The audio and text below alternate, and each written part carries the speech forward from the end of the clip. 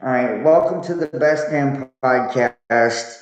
Um, we're going to pick up here. This is part two of Every Knee Will Bow.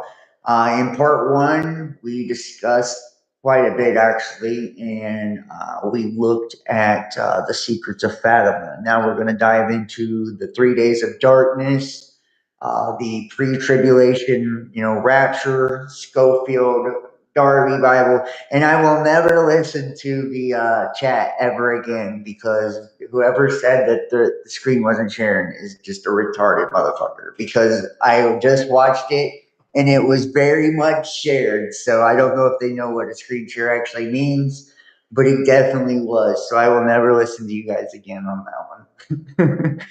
But we're gonna go ahead and get started on this.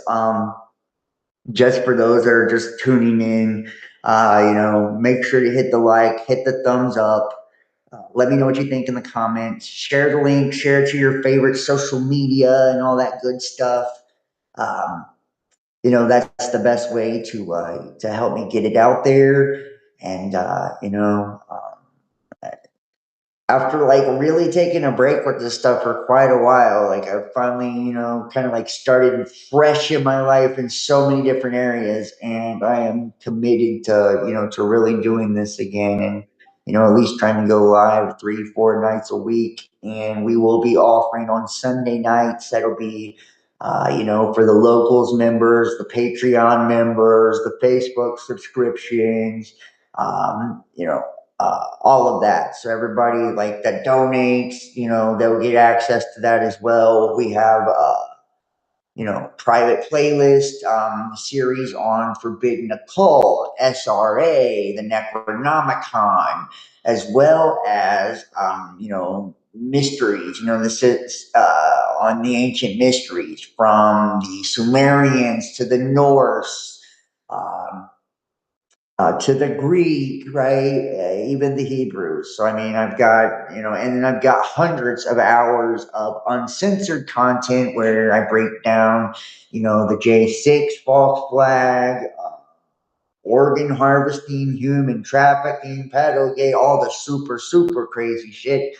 So that's going to be Sunday nights. We're going to be doing that now for all the people that donate and support and belong to the Patreon and all of that. So, and belong to the locals and all the memberships. So Sunday nights, we'll be doing those now. And yeah. So, and I do want to encourage everybody, because I am like starting all over here. If you can support, consider supporting, just kind of help me get going. So we're gonna go ahead and jump into this. Hopefully the notification goes out. I don't know why I listen to fucking dude, but uh, let's go ahead and move into it. So I want to thank all of you guys for watching. I appreciate all of you guys. So yeah, well, I mean, it is what it is, right? It is what it is. I still do free content too. So now, where do I want to move into this with?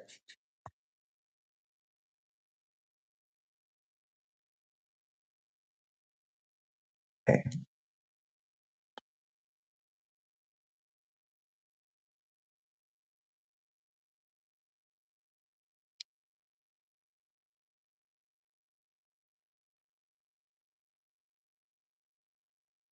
I've got so much, man, so much, just so much stuff. It's really a lot. So we'll start with the 3 days of darkness, and then we'll get into the pre-tribulation rapture, and you know, I'm probably gonna go for a while tonight. So probably better I broke it down into two parts, anyways. So we'll start off here with the 3 days of darkness, and then we'll get off with the Roman Catholicism. I promise. I don't cover too much of this stuff, but there are some, probably not a lot, but there are a few Catholics that watch. So, in Roman Catholicism, the 3 days of darkness is an eschatological concept believed by some Catholics to be a true prophecy of future events. The prophecy foretells 3 days and nights of an intense darkness over the whole earth, against which the only light will come from blessed beeswax candles, and during which all the enemies of the church will perish. And look, I want to tell you something with the beeswax thing. So, I seen, what was it, Candace Owens that was talking about these schools and shit like this. She thought it was some weird cult or something, just, um, that had bees on it or whatever. So the bees are symbolism of the Merovingian. Okay, so I don't know if you guys are familiar with this. It would be like some Da Vinci Code type shit, right? Merovingian Illuminati, right? They believe to be having the bloodline of Christ, right? So this bee was a royal representation of this Christ bloodline, right? The bees were. So that's why I think we're seeing the beeswax thing, right? Because of, the connection to the Merovingians. Now, also, you know, uh, in the Napoleonic dynasty, Napoleon, put the bee as part of his insignia and stuff, and on his clothes when he was the emperor, right? And I believe that, and remember that all of these kings and emperors, that divine right that they ruled by was actually the fact that they were descendants of these Nephilim, these fallen angels, right? These giants, if you will, right? And I talked about that previously, with, Sidonia and, the Canaanites and all of this, and how it kind of migrated into Egypt and all of this. And like, then you get these, King's List and all of this. And it's like, remember, these were the heroes of old, the men of renown, right? They were giants. They were Nephilim. They were the children of the fallen angels. And by that was their divine right to be monarchs. Okay. And that's where we get the whole 13 powerful families and all that, Rothschilds or the Red Shields, right? It's representations of Saturn, the cube god, all of this stuff. And I'm sure you guys are very well versed on all of those things. But the whole bee thing comes from the Merovingians, or, like the Da Vinci Code, right? This Illuminati bloodline of Christ. And it's like said, and once again, notice that everything always within all of this undermines scripture. It undermines the story of Christ, right? Like, so we have, the Christ consciousness concept, which basically says, within the new age, that we're all our own gods, right? We're all gods. We're all trying to ascend off of our works, which we know that off of our works we can't do it because it's the curse of the law. It's impossible. It's a curse, right? It's a curse. We can't live up to it and to that perfection, right? Um, and because of that, and everything that we interact with in this reality, and I said this in the last video, that we have covenant with, right? We make covenant with, spiritual agreement with, everything that we interact with, everything has a deity, an entity, an energy, a consciousness behind it, right? Archetypical energy. These are different variables of a one large omnipresent type of consciousness, is the interdimensional consciousness that doesn't exist within the physical parameters of the world. So it's not strapped down like we are. And I even said this, like when you're talking about God in the Hebrews, we're talking about God. They were calling like El Shaddai and all these different names, and these were different personalities or personas of God, right? Not separate gods, but they could tell which part of him they were invoking, right? By the names, right? These names. And this Merovingian story basically derives from, Christ didn't actually die, that Thomas the twin was put on the cross instead of him, and that he had a child with Mary Magdalene, or that if he did die, that she escaped and she was pregnant, right? And that she had children, that Jesus wasn't actually sinless, right? That he was having sex with the prostitute, Mary Magdalene, right? And that was his wife. Okay. So, uh, I believe with the Mary Magdalene thing, it's extremely allegorical to like the horror of Babylon. That's just one of my own personal thoughts when it comes to that, right? And Christ being kind to that spirit, but I do believe it also took place in the physical world, but I don't believe that he was married to her. And I don't believe he had children with her. The Bible says he doesn't. And once again, he's undermined his divinity, right?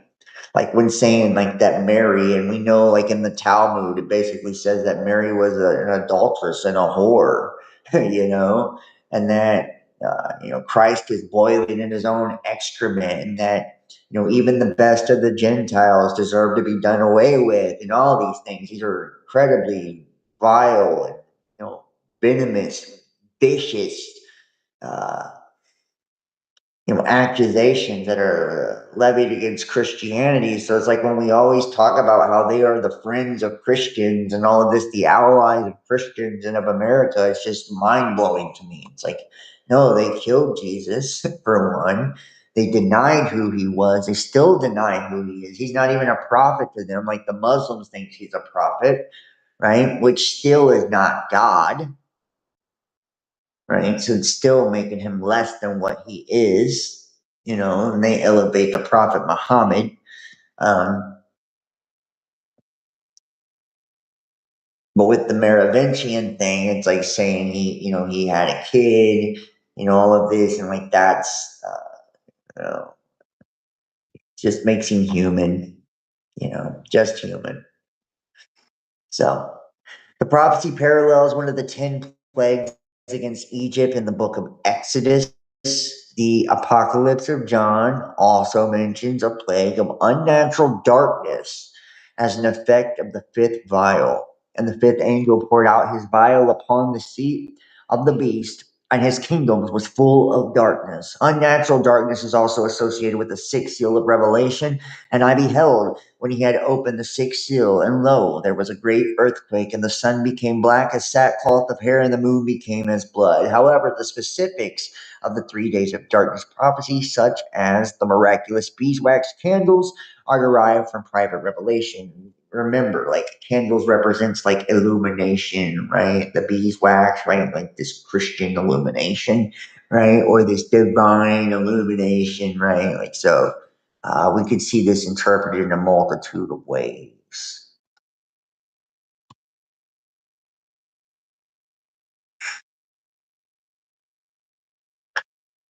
What is the 3 days of darkness prophecy? In certain Catholic prophetic circles, there is a concept known as the 3 days of darkness. And like once again, when we think about this time of darkness, this takes us back, and you can see in part one, where I'm talking about lupus negra and the hollow earth, and how the waters that separate the firmament above, meaning the heavens, they're the aeons above the firmament, and the underworld or Sheol, the heavens below, right? And Earth representing this Midgard or jumping off point to launch above and below into the dimensional space. And that all of these dimensions are brought together by CERN, some type of portal. Something happens, something takes place, whether it's the breaking of the firmament, who knows what actually kicks this all into action. But when it does, that's when the sun turns black. You see the smoke rising up like a furnace up out of the bottomless pit, right? The king of the bottomless pit, Abaddon or Apollyon, right? Shiva, the destroyer, is unleashed on the earth. He's also Apophis or Apep, the Egyptian deity of chaos and darkness, right? He's got many names, but he's been through all cultures and all times, just like we deal with every entity, every character, every creature, everything. It's always in all cultures, right? So it's like that's how you know how real this stuff truly is. It's like embedded in the subconscious of humanity, and we told it as mythologies and stuff to continue to keep it active within us, and whether that's for good or bad, right? And we have these perverse versions of the story, right, through the polytheistic point of view and this paganistic point of view that kind of like obscures things and gives us more of this distorted base version. Now, one of the most famous quotations about this event is attributed to the Italian mystic Bianca Maria Tyche. She is said to have stated, "There shall come over the whole earth an intense darkness lasting 3 days and 3 nights. Nothing can be seen, and the air will be laden with pestilence, which will calm mainly, but not only, the enemies of religion. It will be impossible to use any man made lighting during this darkness except blessed candles. He who out of curiosity opens his windows to look or leaves his home will fall dead on the spot. During these 3 days, people should remain in their homes, pray the rosary, and beg God for mercy. All the enemies of the church, whether known or unknown, will perish over the whole earth during the universal darkness, with the exception of a few whom God will soon convert. The air shall be infected by demons who will appear under all sorts of hideous forms." Right? And this, to me, is also like we were talking about with the Tracy Twyman and what is the name of the book? I said the name of the book earlier. Flock Shavings, right? Where she does this seance and talks to Cain, the Black Sun, and to Baphomet, right? And they speak of this time, right? Which is also mentioned in the Hopi prophecy as well as the Bible and all of this, right? The opening of this bottomless pit, or this time when time stops and all the dimensions kind of unite and come together. And that's what allows, those fallen angels that are, imprisoned, in Sheol or under the earth, to come out. And it's a plague of demons, like in the Illuminati card game, the card, plague of demons, right? They're unleashed onto man. And this is like the last days, right? When things are really bad. You don't want to be there for that. Um, but I see the different interpretations of this as well. I always looking at things as an occultic, esoteric view whenever I look at stuff. So yeah, I look at things because I feel like where we live in a linear, or we have a linear, logical based society. Pretty much where everything is like physically oriented and on a linear time frame because we live under the construct or the illusion of time. But in truth and in reality, we are multi-dimensional entities and we are interacting with multiple dimensional spaces of reality all at the same time. That's why you're a 3D being, right? That's three different dimensions you're in right there. The 4D, 5D being consciousness, there's 4 or 5 different dimensions you're acting in there. You feel me?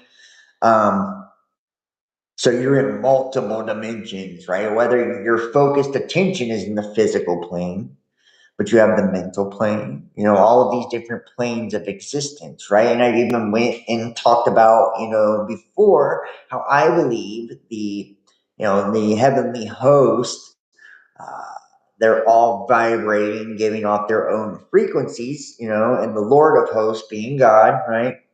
Which right creates the heavens. They're singing constantly to God, giving off their frequencies or vibrations. But you see the planets, which the etymology of that means the wandering stars, right?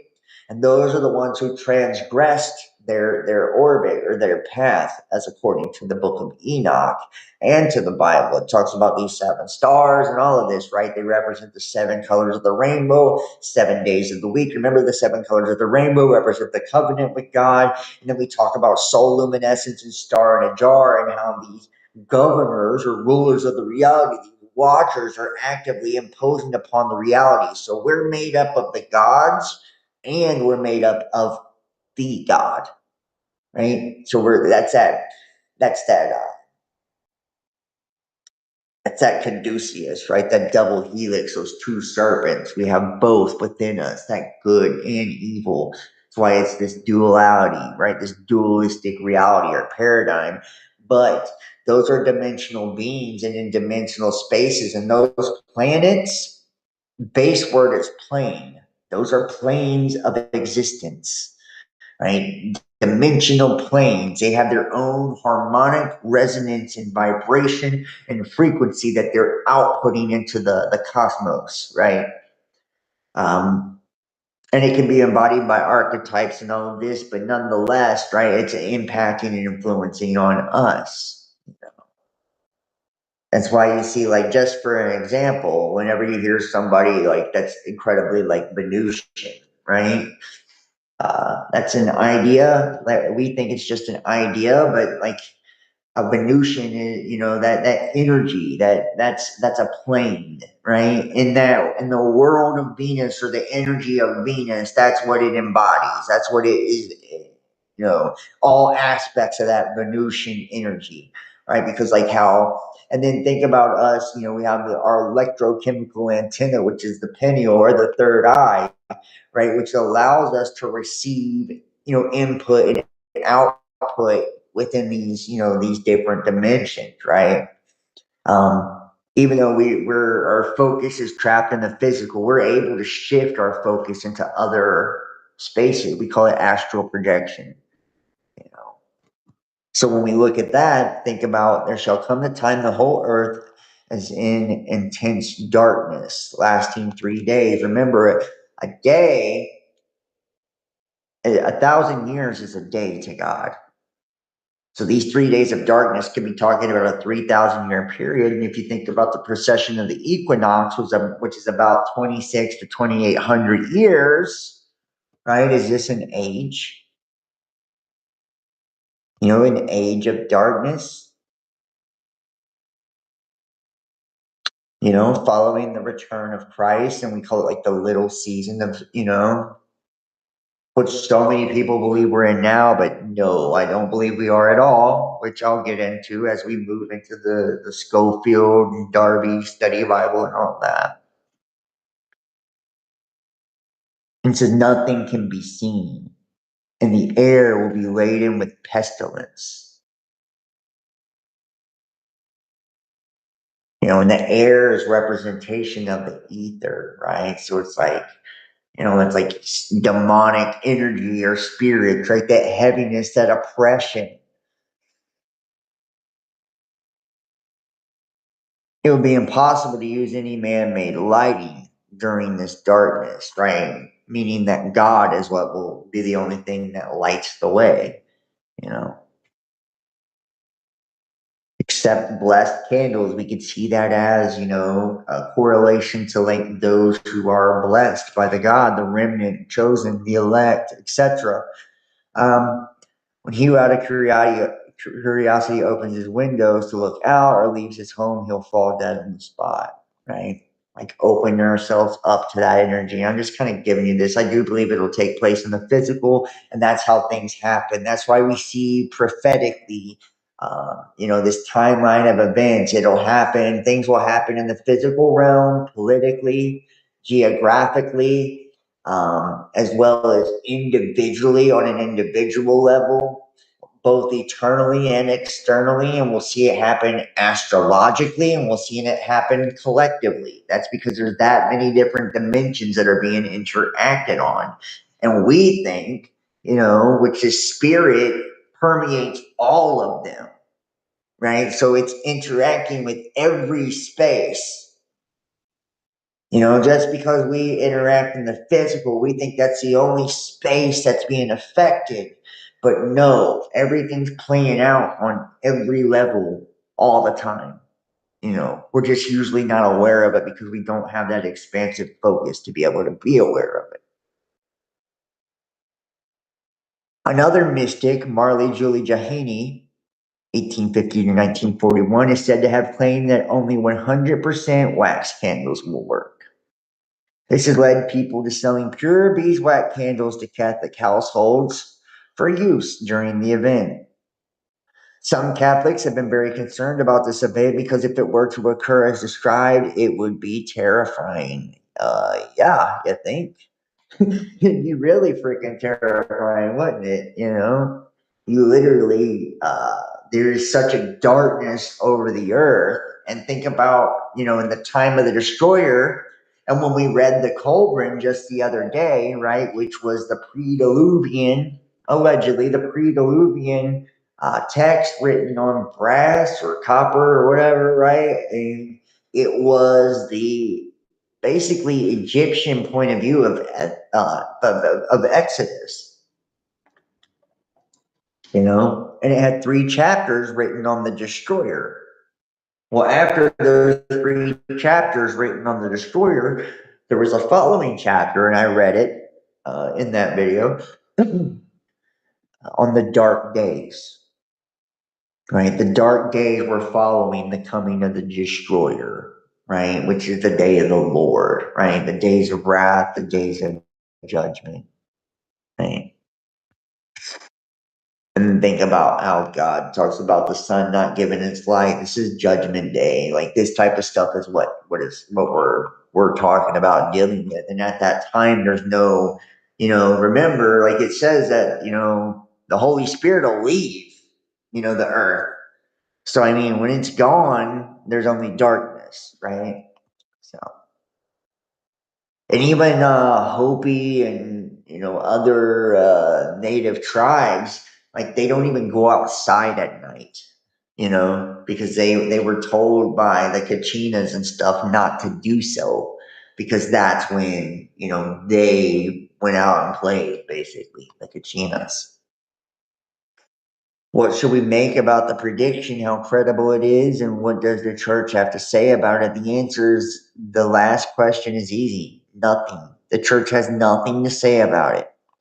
A search of the Vatican website reveals no occurrences of the phrase 3 days of darkness. The 3 days of darkness is not a matter of church teaching. 3 days of darkness in the Bible. Can it be supported by the Bible? Websites advocating the 3 days of darkness regularly appear in the 9th plague of Exodus, Exodus 10:21 through 29, which God caused 3 days of darkness in Egypt. However, there is a reference to a historical event, not a prediction of a future one. Appeal is also made to Revelation 6:12 and 6:10 with the 6th seal and the 5th vial. These chapters in Revelation most likely pertain to events early in church history, not our future. I disagree with that. I believe there's nothing new under the sun. And the Colburn says the same thing as well. It says that the days of wrath, right, which was, Sodom and Gomorrah and all of these resets that have happened in the past, the destroyer comes, and it surely comes at the end of the age every time. It's cyclical, right? Nothing new under the sun. That's why you see in the Bible, Paul says it's meaningless. Everything is meaningless. It's all been done before. There's nothing new under the sun. We're on repeat. It's like this matrix programming, if you will.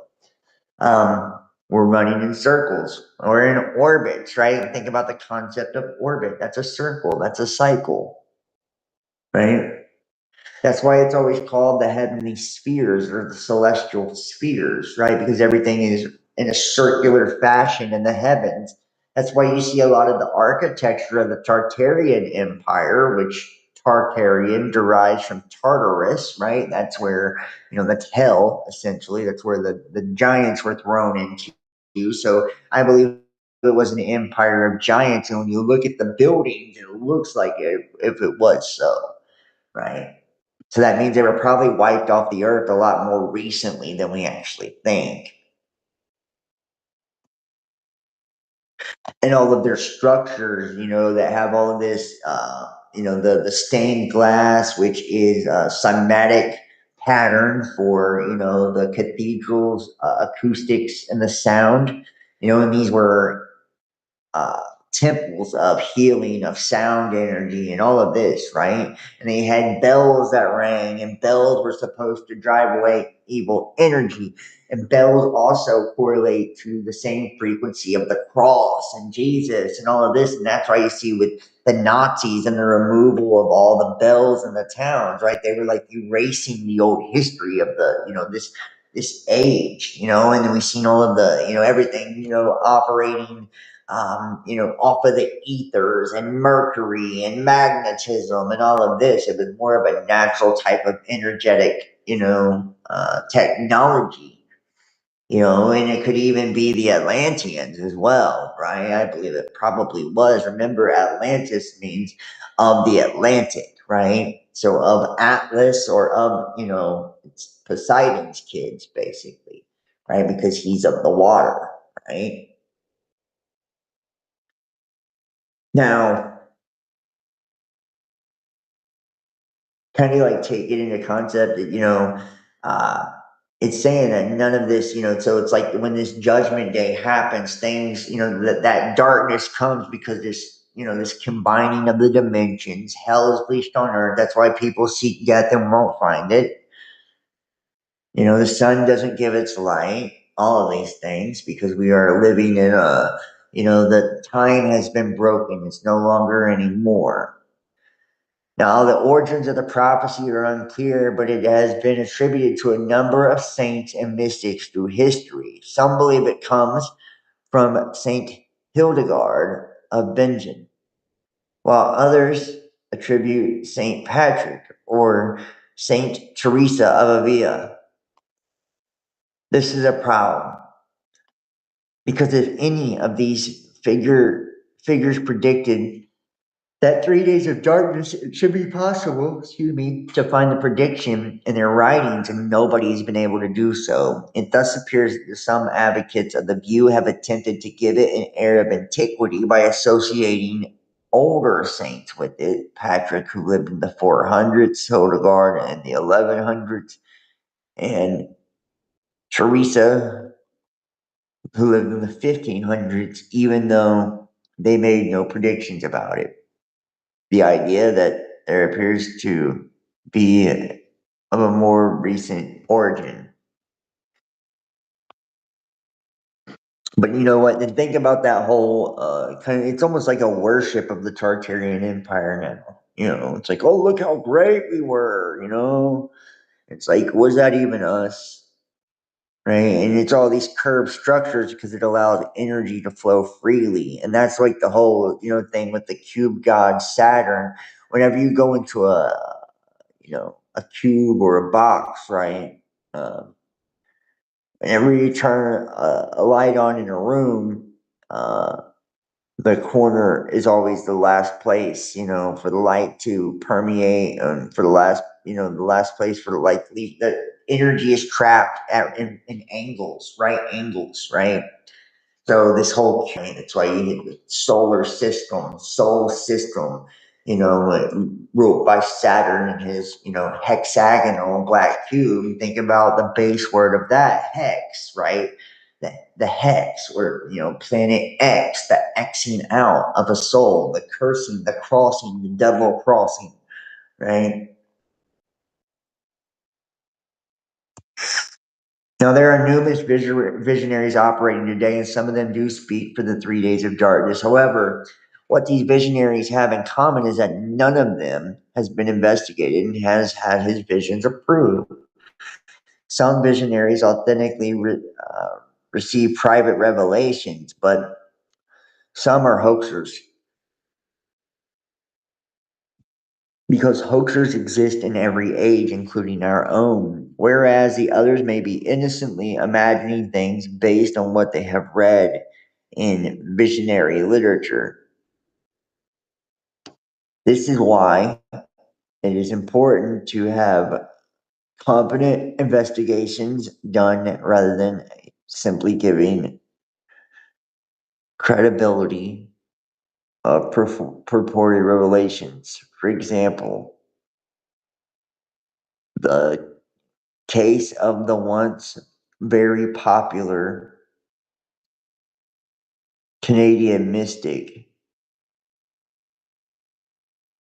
Frater Michel Rodriguez, who was repudiated by bishops and whose prophecies have subsequently been falsified. It was set aside, disproved, and uninvestigated claims. What are we left with? Some advocates of the 3 days of darkness have claimed that St. Pio of Pietrelcina, Padre Pio, predicted it. However, the quotation was given with no traceable source, and the Capuchin order that belonged to that has denied that he ever made such a prediction. This also appears to be a case of someone trying to lend the prediction credibility by associating it with a popular modern saint. Oh. Now, there is no question Bianca Maria Taggi saw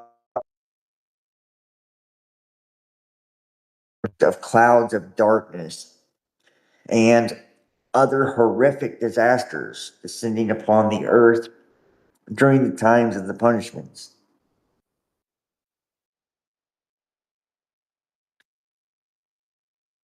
This has been mentioned during her beatification process as seen above. The mention a specific time frame of 3 days for the foretold purge of the earth was first allegedly revealed by her spiritual director, Dio Rafael Natali, who was not only her strongest supporter during the beatification process, but also gave ample testimony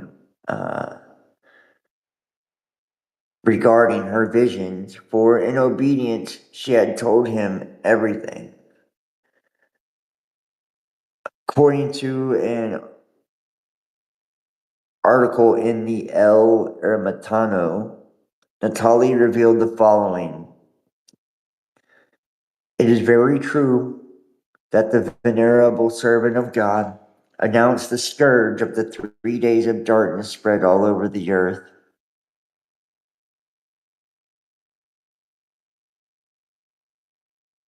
In these circumstances, the windows should be closed and leaning over them should be avoided, and it will be imperative to pray the Holy Rosary and pray.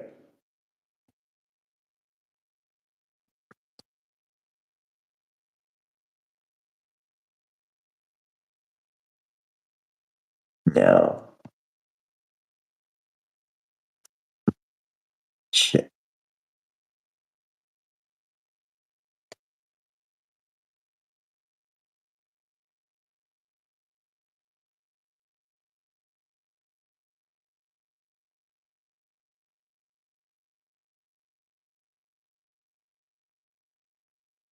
Okay, I think we're good now. All right.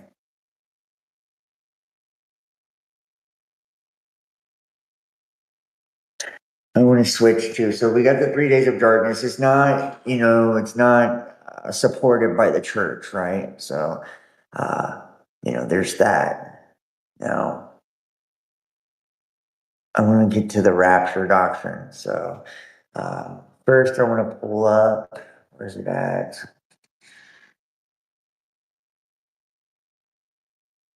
So we've looked at, we have looked at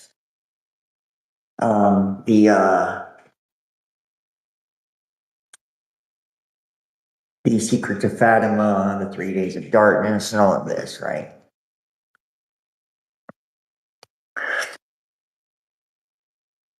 Now, these are the passages about Christ's return, and we're just going to read a few of these before we jump into this pre-tribulation rapture stuff, because this is a big one, man. This is huge, like churchianity, and that's what I like to call it, because that's what it is. It's not Christianity to me. It's got nothing to do with Christ. It's all about,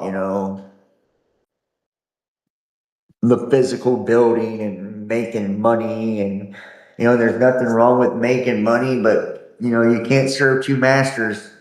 you know um and I feel like you can't effectively, and I know this firsthand, you can't effectively like do that kind of work when you're worried about money or a business, right? Like you can't. It's just impossible. It's like you can't do both. It's like, you start compromising your message because you're trying to push for money, right?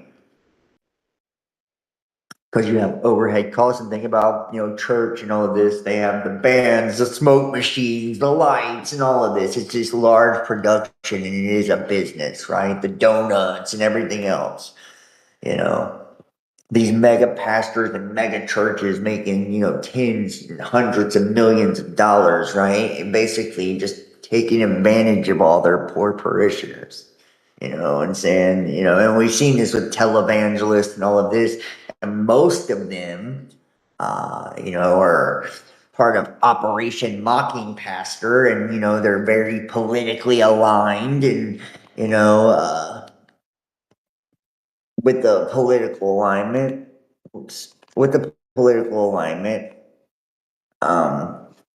they're pushing for political parties, like we see with like the Trump movement and all of the pastors with that, and they're all pushing, towards this Zionism and all of this as well, right?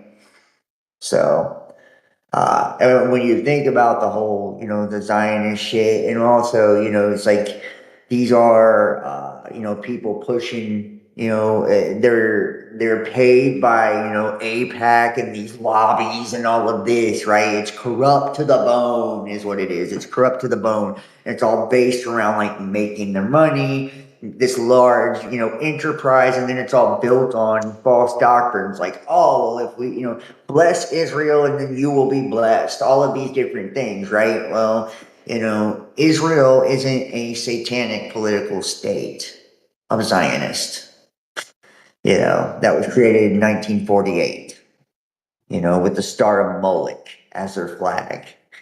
That same star is what they flew under, during the Bolshevik Revolution when they slaughtered tens of millions of Christians, by the way. Right? So, you can take that with a grain of salt if you want, but either way, it's the truth, So,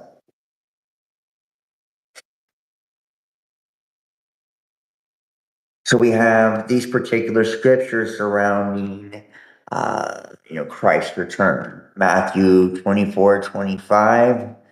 The signs coming like a thief in the night with a final judgment. Mark 13, Luke 21, parallel accounts to Matthew's teaching about the coming of the Son of Man.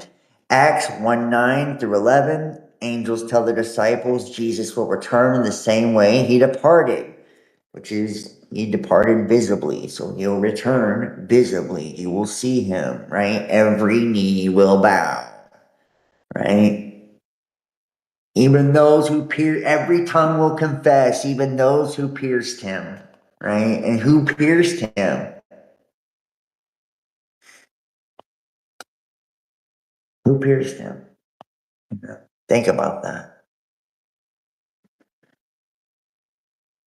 Rapture language believers in Thessalonians, raised or caught up to meet the Lord, right? And this is a key pastoral text, but sorry, it means caught up in the air. It means they were killed. It says one is in the field and the other is taken. And if you look at what taken means, it means killed. One is killed and the other is alive. There's two standing in the field. One dies and the other doesn't. First Corinthians, transformation of the dead and living at the end, the resurrection, right? And then we talked about this with the North Mistos and the nail ship, right? The hands and the fingernails, or the finger and toenails of the dead at the bottom of the sea being the sea underneath the firmament or Sheol, right? And then we see with the tetragrammaton, right? And Yahweh, hands nailed, feet nailed, right? These similarities. It's like this thing has been written and embedded in the code of creation since the beginning, y'all. Jesus' name is written all over everything. And I don't know if you've ever had a personal experience. Look, I can tell you this, and this is some real stuff right here. When I had extreme demonic oppression, extreme, that's what it like.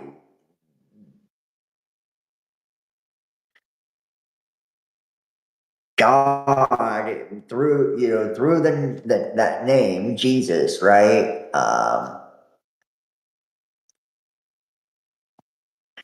He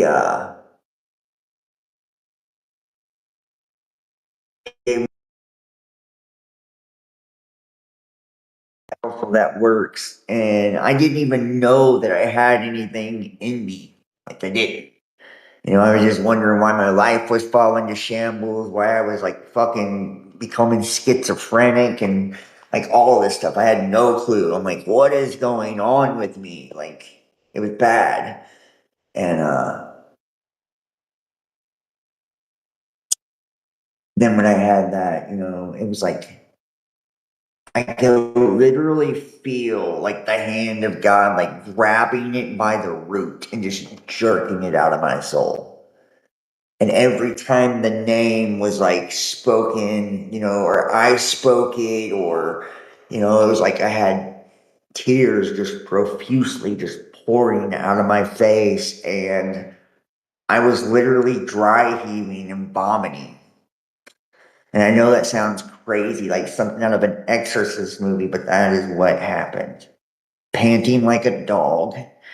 And, this wasn't with the person or anything. I did this in my own private, um, but I mean, I could feel it being torn out by the root. Literally torn out by the root. The parasite that was in me. And it wasn't me that was responding to it like that, if this makes sense. It was the parasite in me responding to that. So my body was like having a physical reaction to this parasite being rooted out and ripped out of my soul, and it came in the form of dry heaving and throwing up. One of my crazier experiences, I won't lie. And it really changed the way I seen things. Like I felt the true, genuine, pure power and rank of it, of that spirit. And I knew like this was the creator. I knew it. Like there was no denying it. Like my mind knew it, my emotions knew it, my soul knew it. And because I was confronted with this spirit, I felt so much remorse. Like I don't know how to explain it. Like just true shame and sadness and not because of like things I had done, but because I had disappointed the spirit. If that makes sense. It's like I felt the love, the unconditional love, the unconditional love of the spirit so much so, which was the creator. It was God. It was Christ. I felt his love so much so. I felt his love so much so that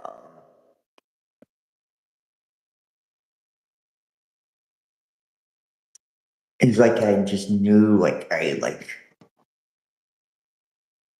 I was just so ashamed of myself for like letting him down.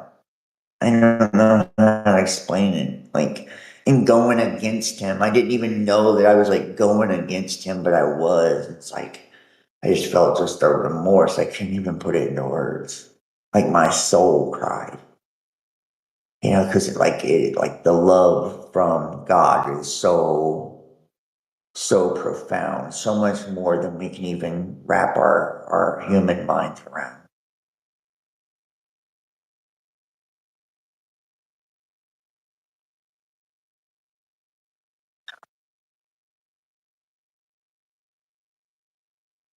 And I don't know if any of you have ever had these experiences or not, but Matthew 9:27, Christ appeared a second time for salvation of those who await him.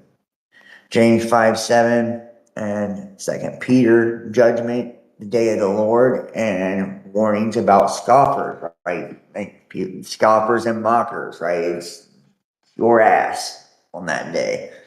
And, I've told this many times that I started this channel and doing the content and all of this because of a dream I had, you know, and it was a dream of the end of the world, completely, it was done.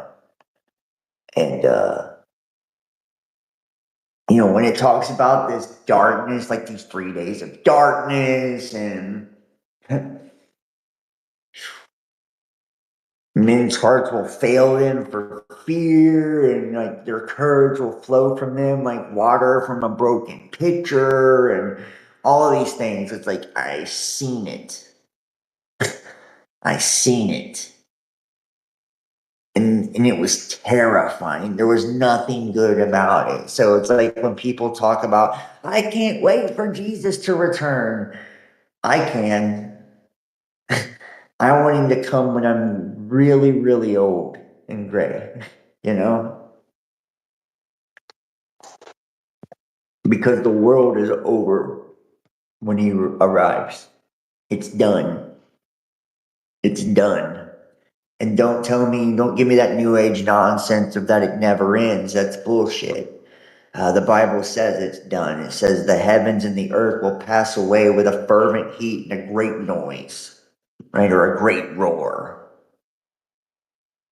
The skies will roll back like a scroll. Islands and mountains are removed from their place. The sun will be turned to, black as sackcloth made of goat hair. The moon turned to blood. And then in the culprit it says a new moon will appear in the sky before being broken into pieces. I mean, Star Wormwood, all of these things, it's bad news, right? It turns the water to blood, killing a third of the earth. Like, it's bad, you know. And then, and there's even, scriptures and texts that talk about this, that people that talk about that, wanting that day to come don't understand it.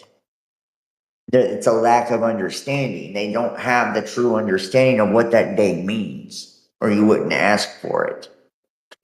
You would not ask for it because you're going to be shitting your pants. Seriously, you're about to fuck around and find out. Yeah. And in my dream, when the sky turned red, instantly, it was like a switch had been flipped. And everybody that, was in the vicinity with me, I was in this building, and there was this giant square window. I was looking out of this window, and I kept turning around and telling everybody what was going on. It was like a room full of people, and they're all like listening to me. And I just kept turning around, telling them, like giving them the play-by-play of like whatever was happening. It was weird. Then all of a sudden the sky turned blood red, and I felt it before I seen it. I felt it. And I was afraid to turn around because I already knew what had happened. I already knew everybody become inhabited by demons. And think about the Hopi when it talks about how, things that have not been ever even walked the earth, or from the beginning of time will be walking the earth, and they'll inhabit the bodies of men. We'll have multiple entities inside of us, and I believe it. Because all of their eyes turned solid black, and they were just like drooling, and they had these grins. Like, some of them were like hysterically crying, some of them were like grinning with anger, and just, it was demonic. It was so demonic. And as I walked, I walked out of the room. For whatever reason, I knew it was time to leave. And when I did, they just parted like the Red Sea. It was like they couldn't touch me, but I knew they wanted to. Like, I knew they wanted to end me. And my children were with me as well. I came out of that building and I walked under this giant arch, right? And this, I don't know, if this is a representation. I had looked up, an arch and what it means, and that it's a representation of the firmament, But there was also, with the representation of the firmament, it looked like I was in like Rome. It was like Roman columns and shit like that were around too. It was weird. And everybody had went crazy. Like, they were jumping off of buildings. They were crashing their cars into each other. They were just smoking themselves, and just the earth was opening up everywhere, just opening up and swallowing people. It was absolutely horrifying. And then I heard, the words that everything that can be shaken will be shaken.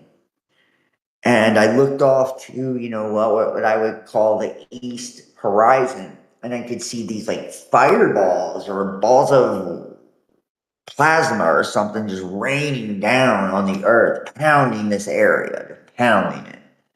And I just knew whatever was there was not surviving that. Nobody, um, and as I scanned more toward it, then and it kind of like reminds me of like destruction coming from the east, like that's kind of like how the order of the things I seen it was like the far east, and I just moved, my gaze towards the west. Um, I scanned over, like I'm moving more towards, what's in front of me. And then I seen this giant, like brown moon, and it had already hit the earth.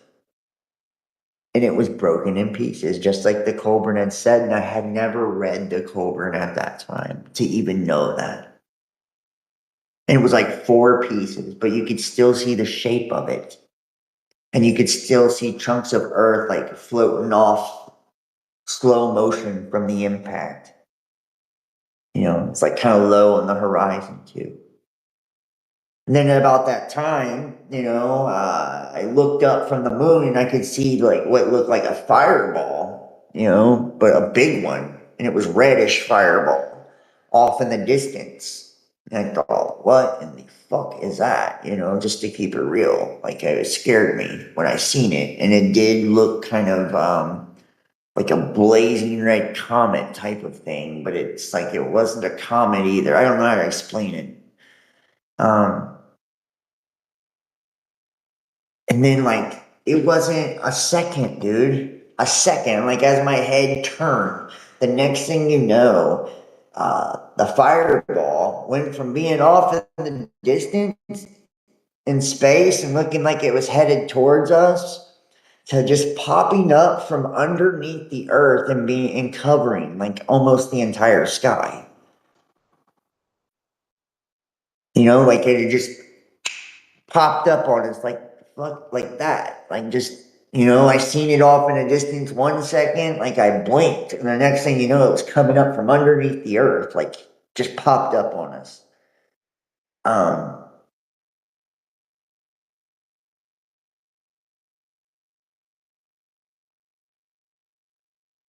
and that's the crazy part, and it's like when it did, it looked like the planet Jupiter. Like it looked like this giant red striped, dark red, planet like Jupiter. It was striped though.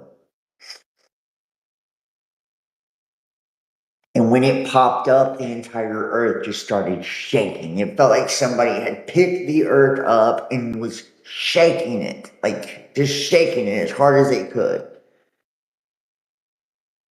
And every building that my eyes could see, everything. I don't care if it was a tree, it was made by man, it didn't matter what it was. It just crumbled like sand, literally, like sand, like it was nothing. It just disintegrated. And what was crazy, like I said, I heard that everything that can be shaken will be shaken. And I'm standing there looking up at this giant fucking planet covering the sky with my children, and we're holding hands. Um, and we didn't move. Like the earth is opening up all around me, swallowing people. It's like we didn't even fall down. And then this voice from like behind the planet. I could tell it wasn't the planet talking. It was something else, like from behind it or something like God, like the universe speaking to me or something. It was booming though. And here's the crazy part. When the voice spoke, it woke me up out of this lucid dream, and I was no longer in my bed. I was in my hallway standing up. like at the other end of my house. And I didn't just hear the words in the dream, I heard them audibly in my ear, and the voice was so powerful, it like vibrated my bones too. And when the voice hit me, it just said, "Trust God, John." And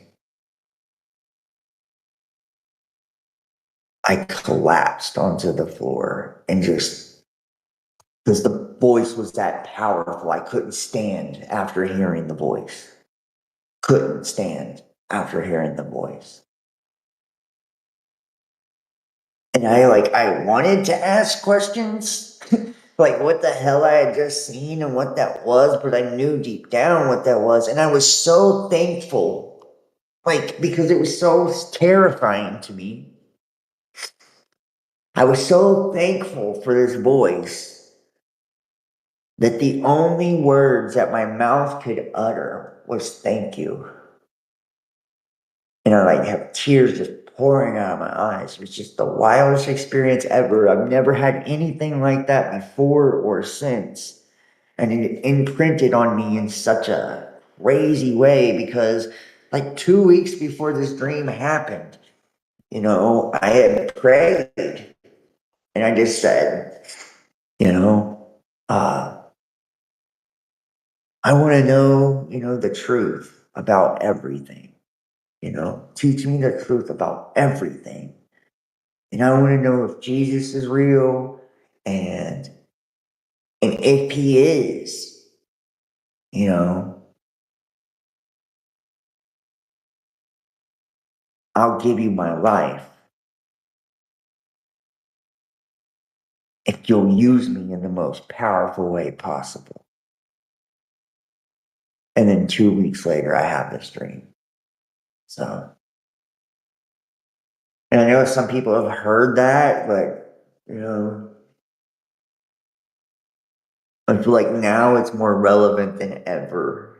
I was literally waiting on this to happen like the next day when it happened. I'm like, is this gonna happen today, tomorrow? Like I was scared shitless, like I didn't know what I had just experienced. Yeah. So let's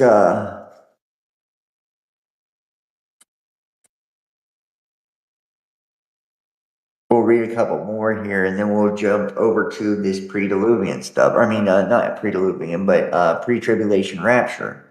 So you can see where this actually comes from, and that it's not scriptural. It's not sound doctrine. It's, in my opinion, and you can believe what you want. But I just told you where the one verse that they pick and choose.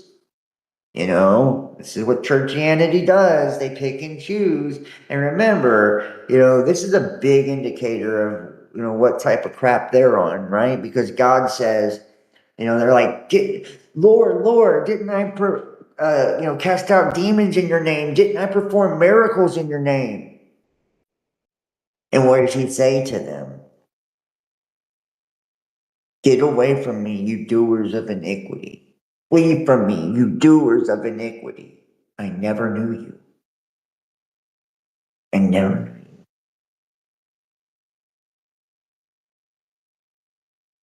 Think about that.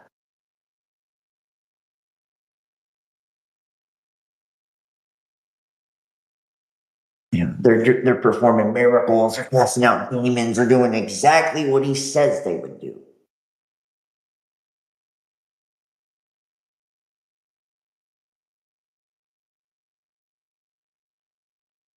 And they don't serve him, they serve money.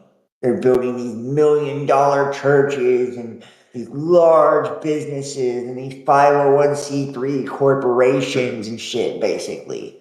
They're in bed with the government. They're taking, foreign money, from APAC and all of this shit from the Israeli lobby. They're completely entangled with Zionism and all of this, and it's like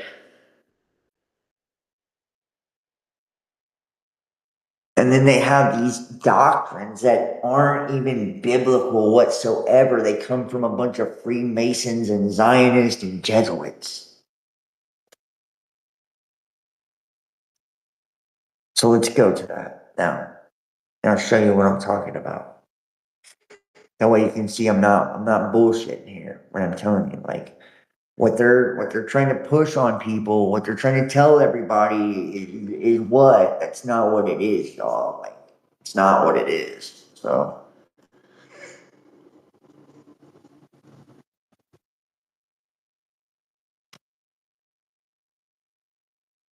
all right, boom, here we go.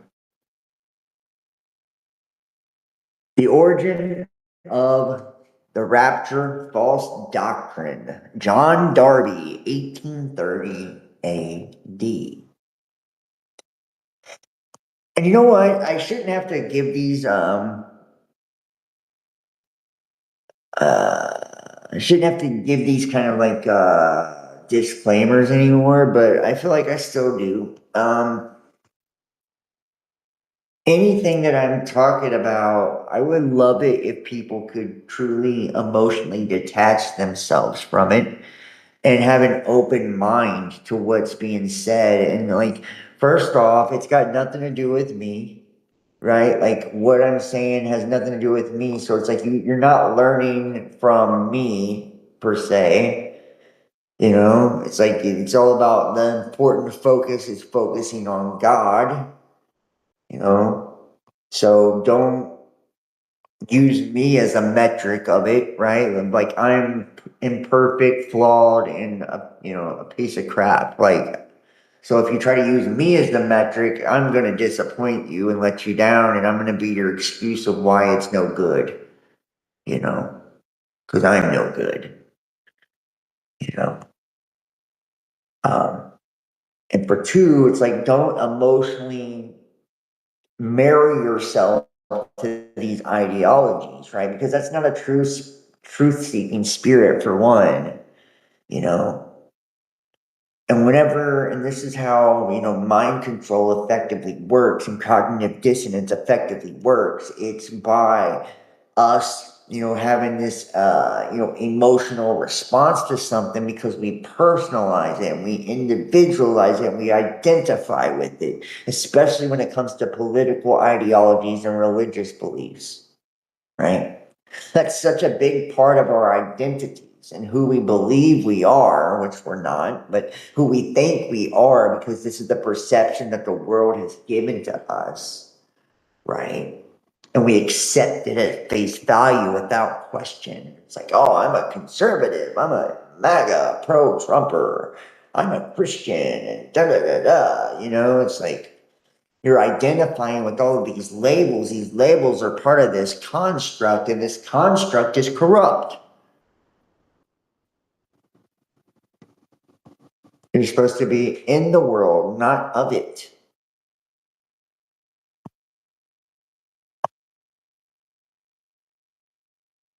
Number one, and then when you get emotionally offended by it because I'm saying, oh, this pre-tribulation rapture, because you've been taught by a pastor, right? These people go to, seminary and, get their theologian degree and all of this, and they're indoctrinated into this Zionist stuff. They're indoctrinated into it. That's the only way they get their degrees. These churches, when they join, they join the Christian Alliance. They have to meet certain requirements through a 501c3 to get their government, discounts and money. So then they follow a certain group of parameters and rules and regulations, et cetera, and become that business, that corporation, that entity. Remember, corporation is corpus orate, right? A speaking dead man, a speaking body, a speaking corpse. Orate means to speak. Oration, corpus orate, right? Talking dead. That's what it is. The talking dead. Let the dead bury the dead.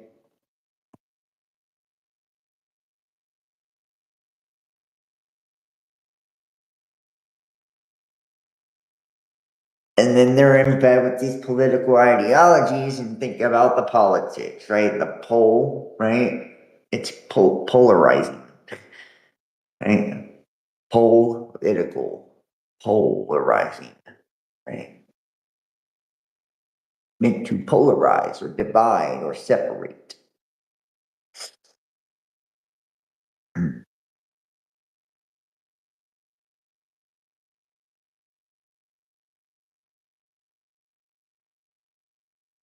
These aren't courageous men, right? They're not being courageous, brave men speaking up for truth. They're cowards. They're taking money from foreign governments and from our government and all of this, right? To speak certain doctrines and to put certain stuff out there because they're too afraid to actually say the truth. A lot of them know what it is.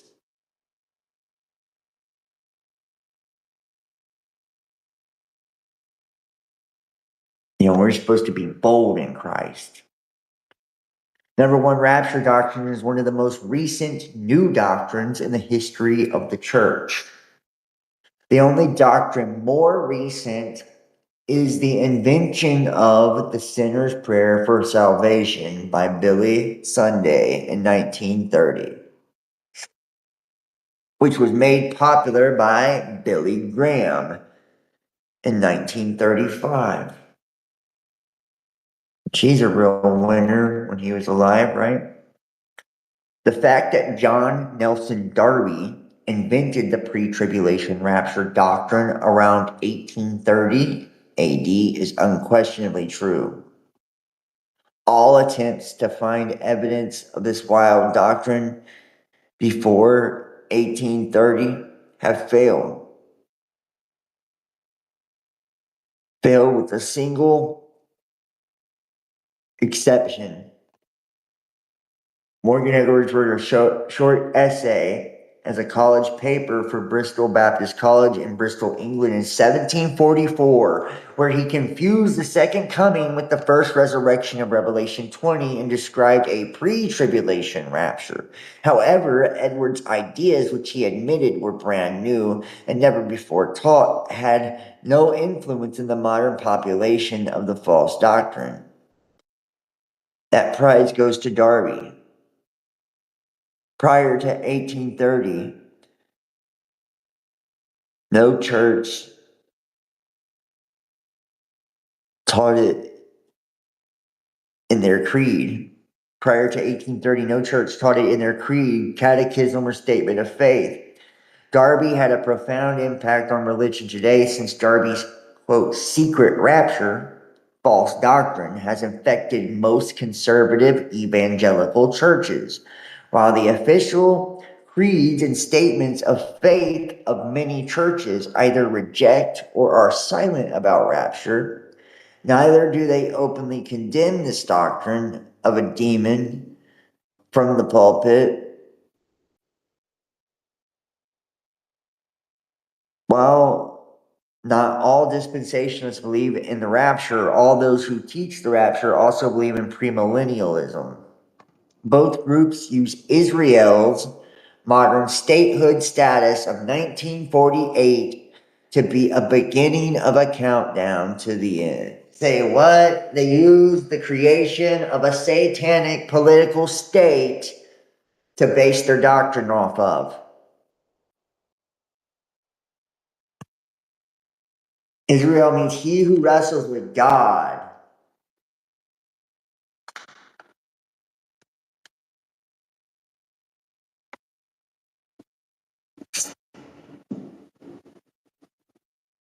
All premillennialists, rapturists, and dispensationalists alive today believe the Bible reveals a general era of when Christ will return.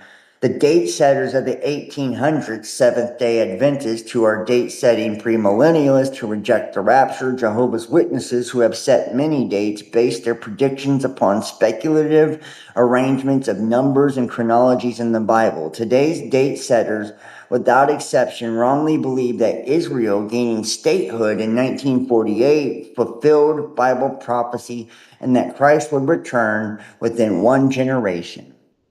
There are two kinds of premillennialists: the date setters and date teasers.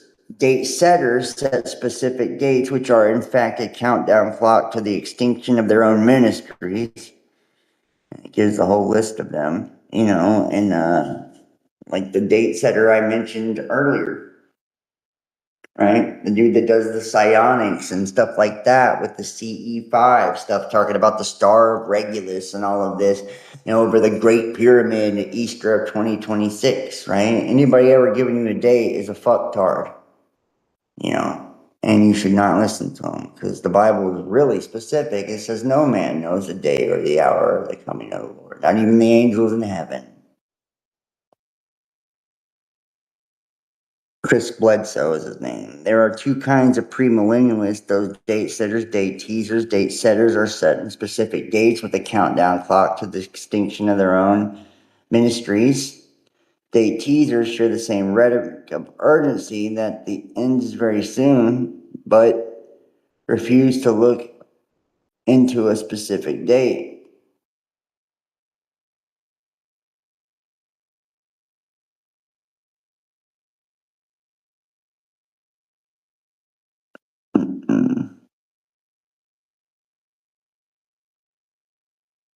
Share the same rhetoric of urgency that the end is very soon, but refuse to look into a specific date.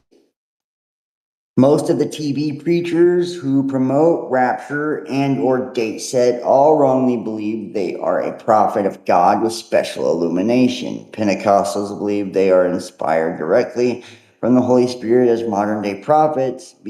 Baptists believe they are illuminated with guidance from the Holy Spirit through the Calvinist doctrine of irresistible grace. Christians reject all these false notions of God illuminating man and rely upon the pages of the Bible alone as a sole source of conduct and doctrine.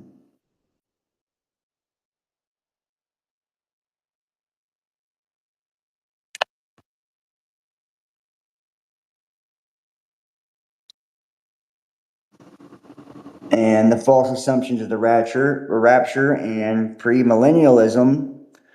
False, the kingdom is something distinct from the church. Truth, the kingdom is the church, which was established on the day of Pentecost in 33 AD. And we are in the kingdom now. False, reviving the Roman Empire to keep time prophecies of Daniel 2:7-8-9 from failing. Truth, the final kingdom Daniel saw was Rome. God set up his kingdom during the Roman Empire, which began in 30 BC, and yet was destroyed in 397 AD.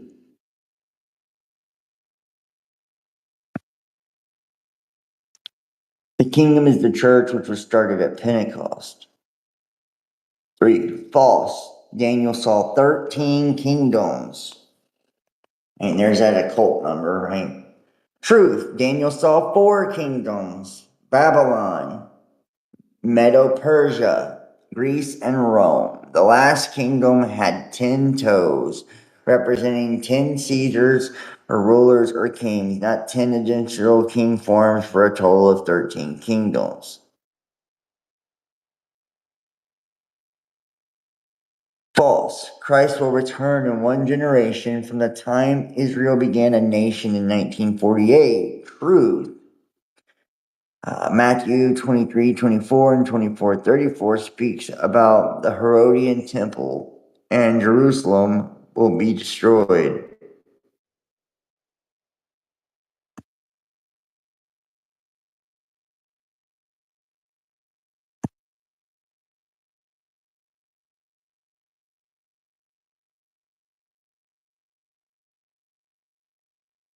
Moving on here.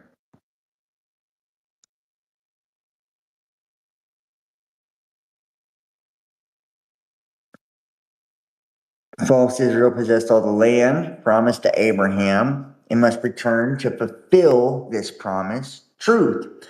God made these promises to Abraham, and all 3 were fulfilled at the time of Joshua. Solomon and the Lord gave them rest on every side, according to all that he had sworn to their fathers. And no one of all of their enemies stood before them. The Lord gave all of their enemies into their hand. Not one of the good promises which the Lord had made to the house of Israel failed.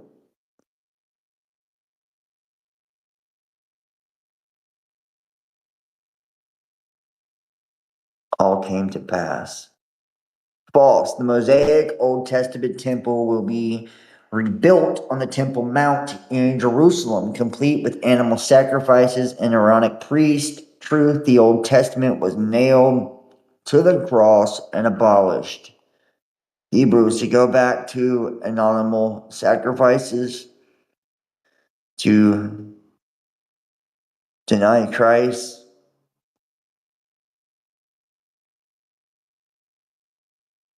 And I testify again to you, every man who receives circumcision, that he is under obligation to keep the whole law.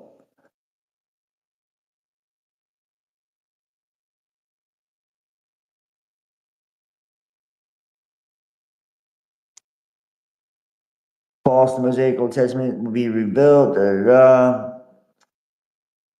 You have been severed from Christ. You are seeking to be justified by the law, and you have fallen from grace. Galatians 5.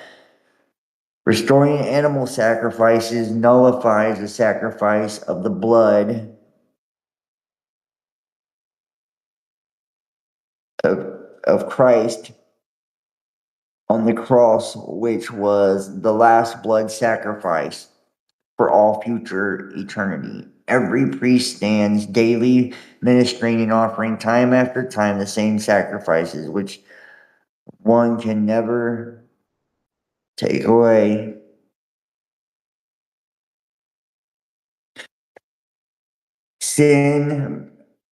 Take away sins. And he offered one sacrifice of sins for all time, sat down at the right hand of God. False, entering the seventh millennium in 2000 AD. Truth, the Bible indicates that the world is about 6,119 years old and 27. The prophetic clock stopped in the 69th week of Daniel's prophecy when the Jews rejected Christ as their earthly king because God wasn't expecting the Jews to reject Jesus. Each of the first 69 weeks was a period of 7 years. But he last week has already been almost 2,000 years. A prophetic shock starts ticking again at the rapture, which is the beginning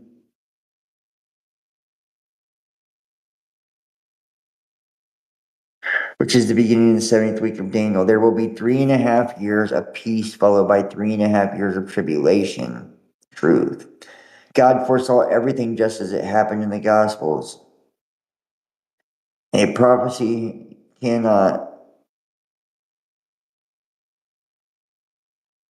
A prophecy clock cannot stop or slow down or change rate at the time of passing. The 70th week continued and came to an end before 40 AD.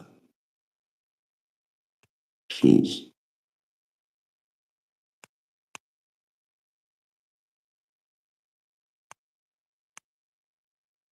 But you see, these are just the different, false doctrines and stuff of, modern day Christianity right here. There's a lot of them, actually, a very lot of them. Uh,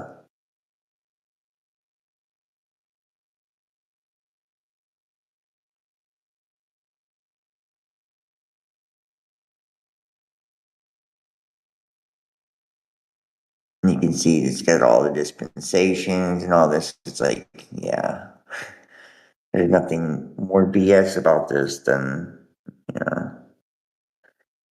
We just see it be disproven 6 ways from Sunday. Everything that they say about it. It's like there's nothing built on scripture and all of this. They're like trying to calculate the days and times and all this, trying to put it down to an art. And it's like no man knows when. You couldn't possibly know.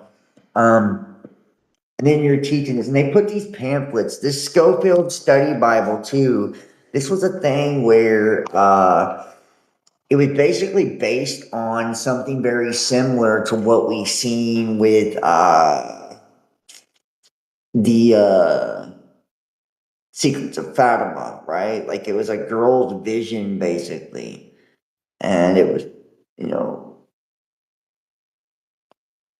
written about and put in a pamphlet, and that when Freemasonry like took over the United States the way that they did, and they put these fraternal orders everywhere through Christianity, and this was a Freemasonic printing press. Schofield was a Jesuit, all of this, right? Like the last name what he was as well, right? Schofield.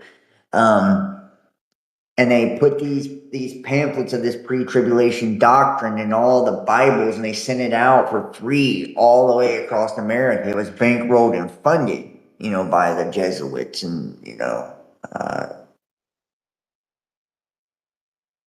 this fake doctrine, and then it became basically, household doctrine for all of the churches of the world. It's like now every church kind of spits this same shit out. Like if you think about it, there's not a church around that doesn't kind of like push, this pre-tribulation, all of this, right? Like it's there everywhere you look. It's there. So,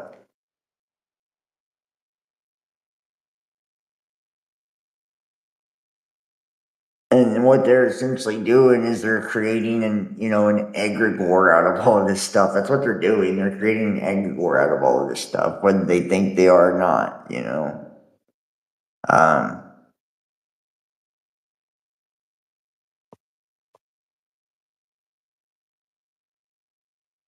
but there comes like a point in our lives where we gotta like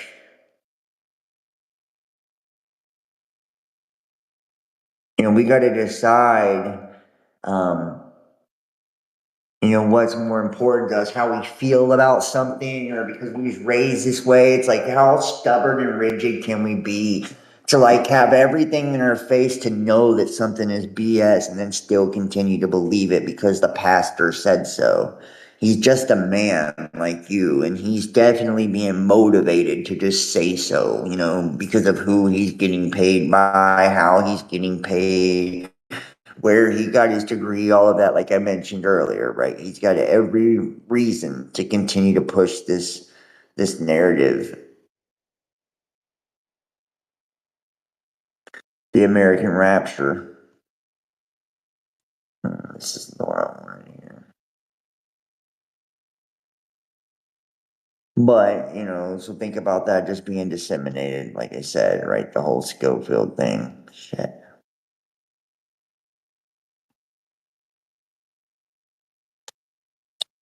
And basically taking America by storm.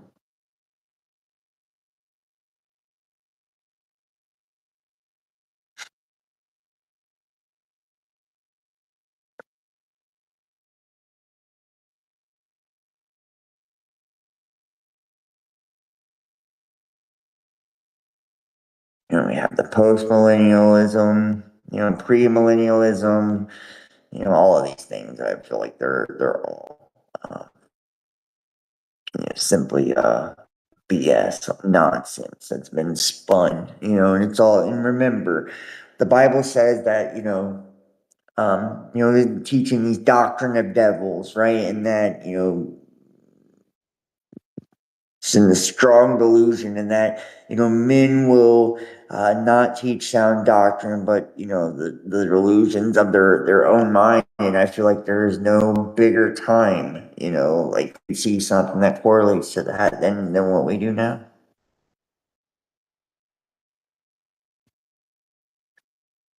Now,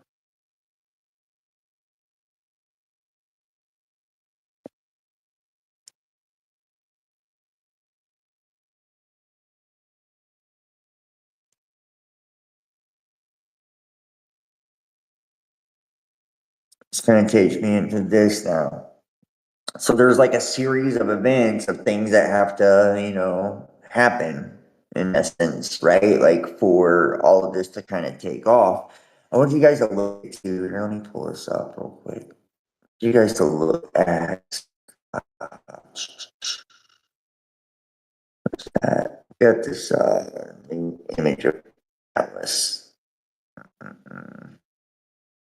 right here. Take a look at that, man. Look at that. This is Atlas behind the sun right now. Like, there is nothing crazy.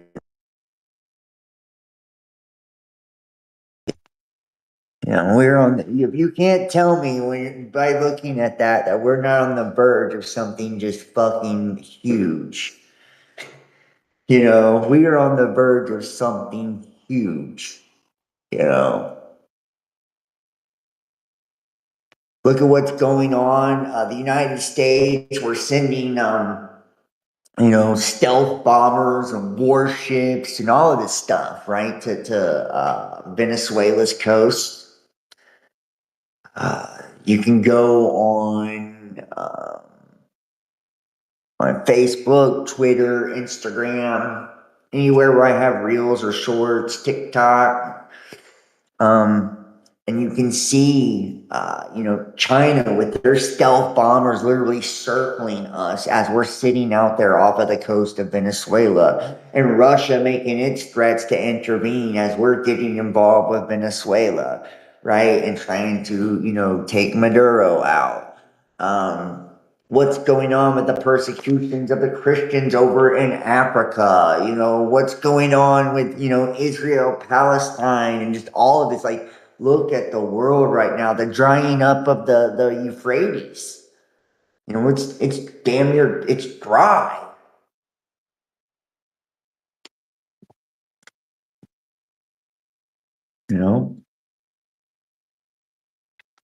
What about Damascus and what we've done with Syria and all that? These are like all prophecies of like, it lets you know like when we are in that time. And then you have this crazy interstellar object that appears bluish green from a distance and then is red when you get up on it. And now it's sitting behind the sun, just like kind of what was told about, the destroyer, purifier, all these other, the Kachinas, all this stuff, and I'm not saying it is that, but I'm saying it's pretty crazy, and just how all of this is kind of correlated to like, the great sign, September 23rd, 2017, the woman and the dragon, right? Where Jupiter was given birth in the constellation of Virgo, wearing a crown of 12 stars upon her head, which was the constellation of Leo the king, right? The lion of the tribe of Judah. And it had Mars, Mercury, and Venus in conjunction, creating those 12 stars. And you had the sun over her shoulder and the moon under her feet. And for the gestation of 42 weeks or 9 months, Jupiter was in her womb, and then he was given birth to. She would give birth to a male child who will rule the nations with an iron rod or an iron scepter, and Jupiter is known as the king planet, right? Crazy, right? Crazy.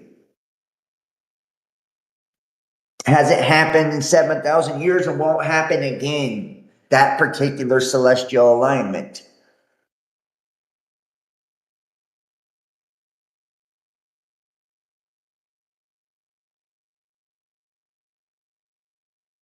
It's like we really need to wake up and then think about the great Saturn-Jupiter conjunction, December 21st, 2020. Right? These Saturn-Jupiter conjunctions always correlate in a reset following shortly after, in large resets. Right? The last one that we have is less than precise, was 400 years ago, and we had a smaller reset. Right? Not a whole full reset, but I believe that's when the mud floods and stuff like that happened. And then before that, 800 years ago, who knows if that's when like Sodom and Gomorrah happened. I mean, it's almost 1,000 years ago, and that was the last big conjunction, And then lo and behold, the 1,260 days after the great sign, March 21st, 2021, We have the asteroid Apophis, the god of chaos and darkness, the Egyptian god, right? Which is the king of the bottomless pit. You know, Apep, Pepe, Apophis, Abaddon, Apollyon, Sheba, right?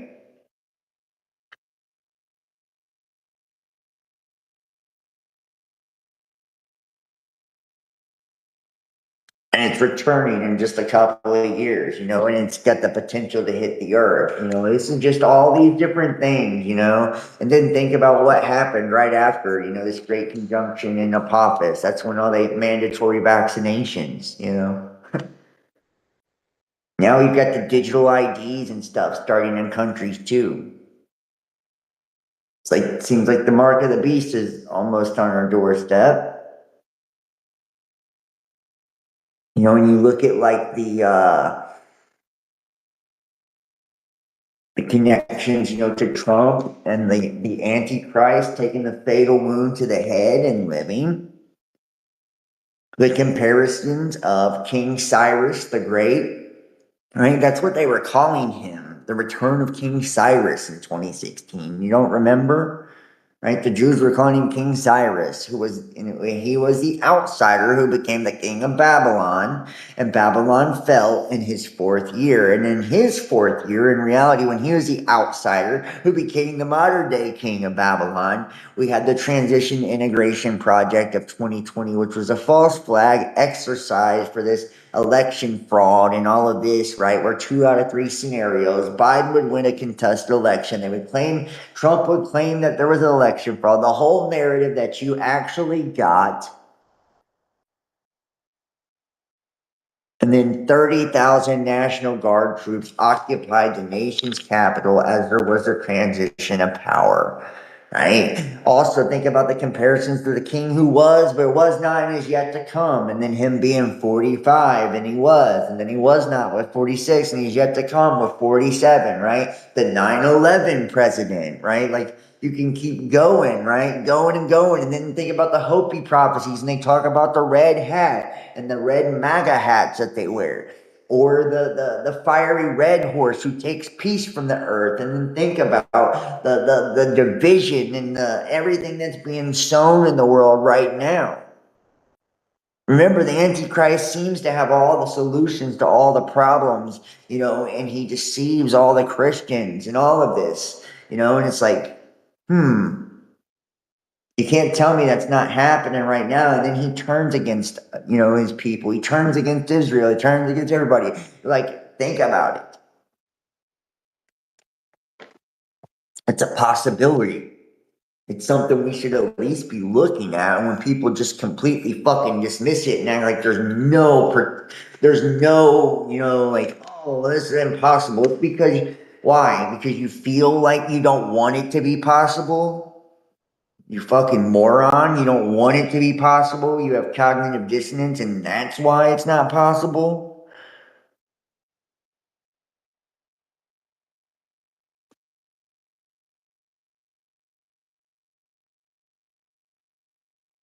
Like, this is what drives me crazy about all of this stuff. It's like, because people don't want things to be true, they act like it can't be. Same thing with like the, Israel and Zionists and all of this. And when we're talking about egregores and golems and all of this in just a moment, you'll see where all that actually originates from, right? And it's like a useless thing of clay that they can manipulate. It's a slave without a soul. And they believe that you don't have a soul. Only they do. So some supremacist shit if I've ever seen it.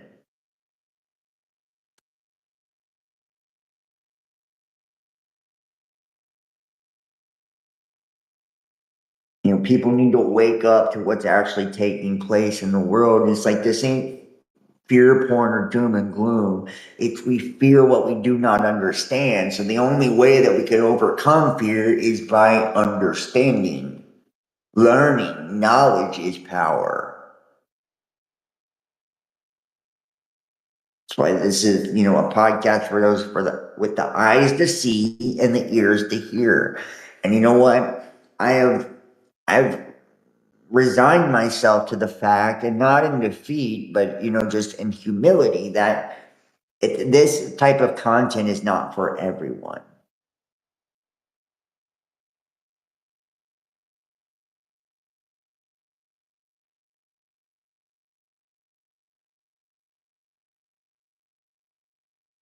Not everyone's going to get it. Not everyone's going to see it. Not everyone's going to recognize it. Not everyone can handle it. It takes a level of honesty that most people just don't have, to recognize when we've been duped or we've been wrong about something or we've been had. Most people are incredibly dishonest with themselves. So, they can't handle, honesty on any other level as well, or accountability on any other level as well. That's why you see the prominence of the new age stuff so much, right? It's just new age this, new age that, because why? Because new age promises you spirituality without the responsibility, without the morality, right? I can be a free lover and bang whoever I want to bang because I'm in the new age, right? Trust me, new age girls are freaks. You know, met a few of them over the years. You know,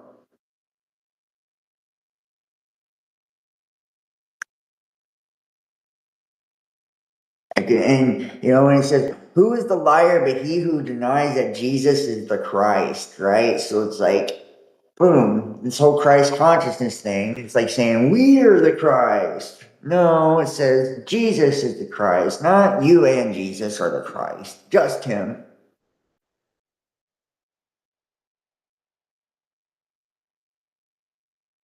It's like, when are we going to actually follow those kind of things? Like actually what the Bible says. See, this is what happens with church. Churchianity pick and chooses the Bible verses that they read and that they use to support their arguments, as opposed to where we do deep dives and research, we look at the whole damn thing, you know? Because you can't understand it if you don't.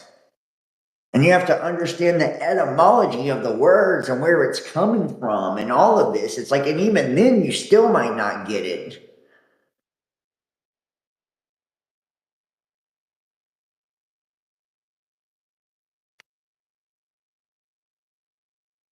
Shit's real. It's really real.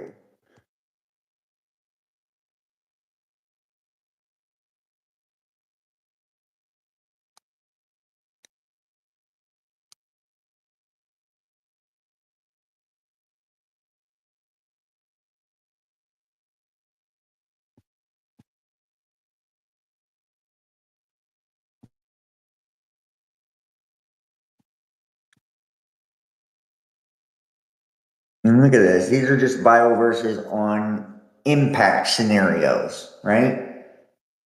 Think of Three Eye Atlas. Think of Apophis. Eventually, one of them is going to be it. I looked, and when he opened the sixth seal, and behold, there was a great earthquake, and the sun became black as sackcloth of hair, and the moon became like blood, and the stars of heaven fell to the earth, as a fig tree drops its winter fruit when shaken by a gale. Then the sky vanished like a scroll being rolled up, and every mountain and island was moved out of its place.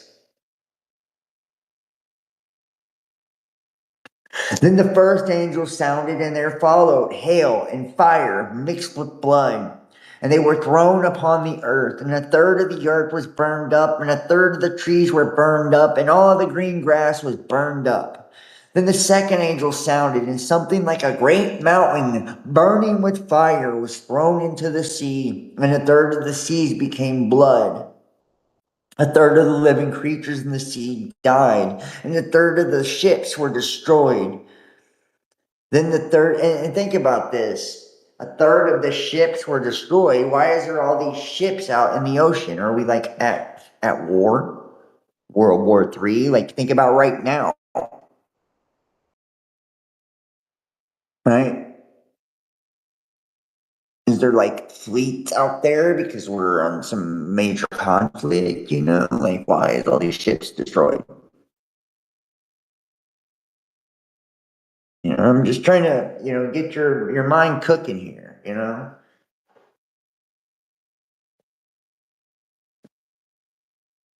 The second angel sounded, and something like a great mountain burning with fire was thrown in the sea. A third of the living creatures seen died and destroyed. Third angel sounded, and a great star blazing like a torch fell from the sky on a third of the rivers and on the springs of water. And this is when I was talking about how Revelation and Genesis coincide. They go, it's one after the other. It's just a repetitive thing. Revelation to Genesis, Revelation to Genesis, Genesis to Revelation, Genesis to Revelation. Back and forth. This story of a third of the angels being flung to the earth, or this star falling from heaven. Remember what the star actually is. It's a luminary or a heavenly host. It's an angel that's being flung to the earth.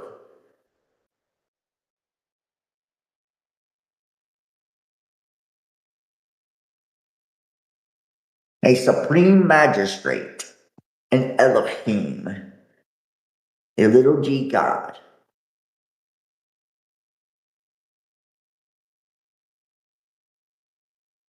The great star, blazing like a torch, fell from the sky on a third of the rivers and on the springs of water. Notice it's all a third, right? A third of the angels rebelled.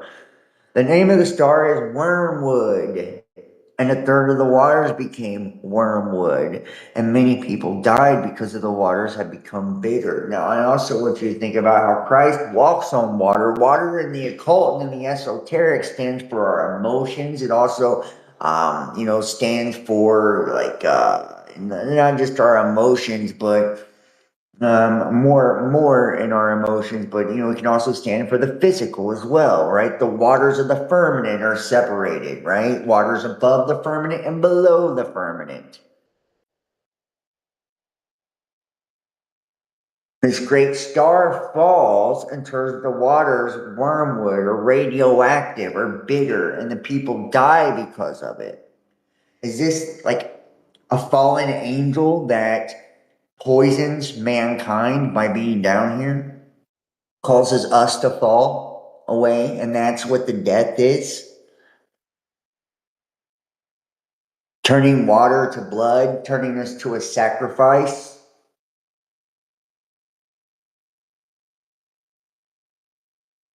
And I'm not saying this is what it is, but I'm saying consider that it could be other things and other than what we're told by the traditional spectrum of shit. Then the fourth angel sounded, and a third of the sun was struck, and a third of the moon, and a third of the stars, so that a third of their light might be darkened. See, think about this. This third of the angels that rebel, a third of the stars, and their light might be darkened. They turn dark or evil, right? And a third of the day did not shine, and a third of the night likewise. Immediately after the tribulation of those days, the sun will be darkened, and the moon will not give its light, and the stars will fall from heaven, and the powers of the heavens will be shaken. The stars will fall from heaven. Those are the angels being cast down. That's what stars are. Stars, okay, so the luminaries is one word. We also have watchers, messengers, heavenly hosts, stars, planets, princes.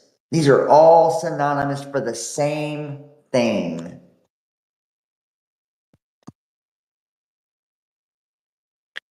But in those days, after the tribulation, the sun will be darkened, the moon will not give its light, and the stars will be falling from heaven. For the stars of heaven and their constellations will not give their light. The sun will be dark at its rising, and the moon will not shed its light. And I will show wonders in the heavens and on the earth, blood and fire and columns of smoke, like the destroyer, right? He has the blood dripping from his mouth, and he turns everything into blood, and he's fire and pillars of smoke, just like in the days of Exodus, right? That's how the Lord was. He was, fire by night, and they followed him in a cloud by day, with a ruddy red glow. The sun shall be turned to darkness, and the moon to blood before the great and awesome day of the Lord. Judgment Day. you know?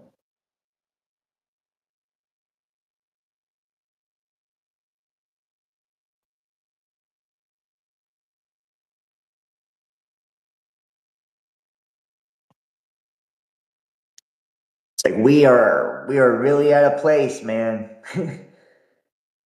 where things have definitely accelerated, right? And accelerated in a major way. A major way.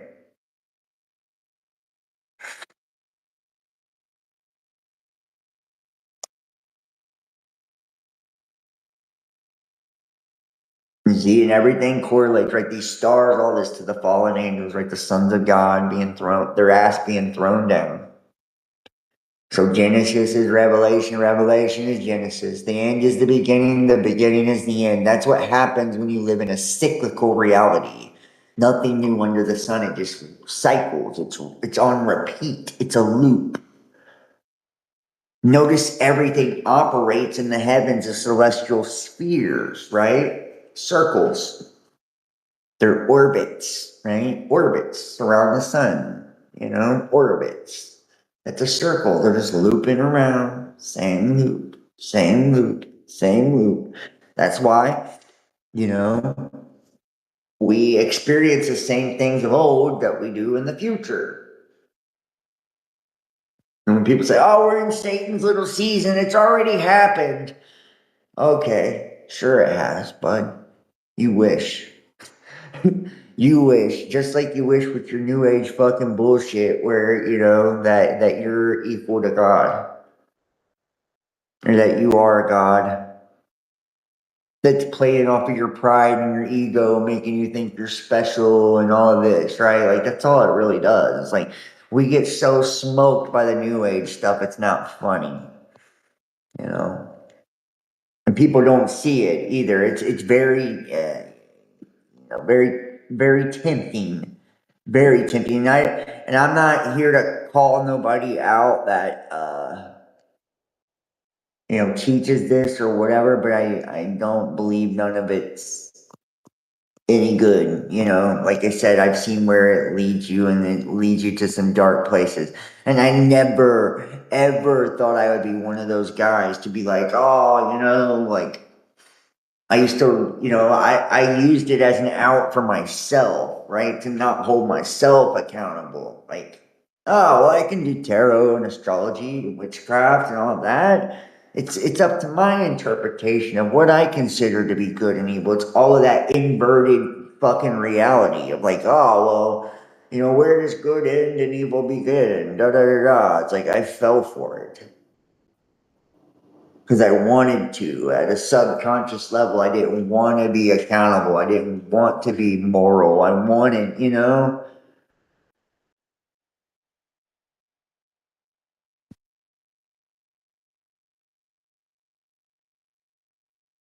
And why do you think these people have these Kundalini syndromes and shit like that when they practice yoga and all of this stuff?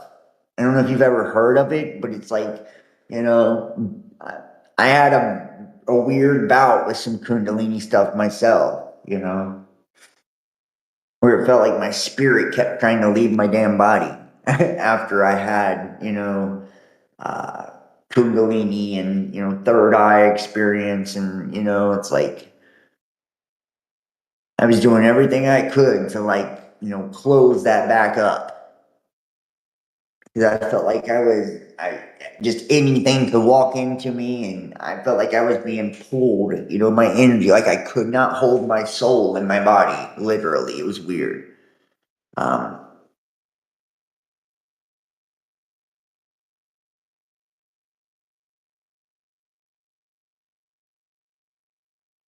It's not to say that the New Age stuff isn't real. It's real. The deities, the entities, the energies, the consciousness, it's all real, but it's not the source. So everything not source, everything not God, it's corrupt. It will corrupt eventually.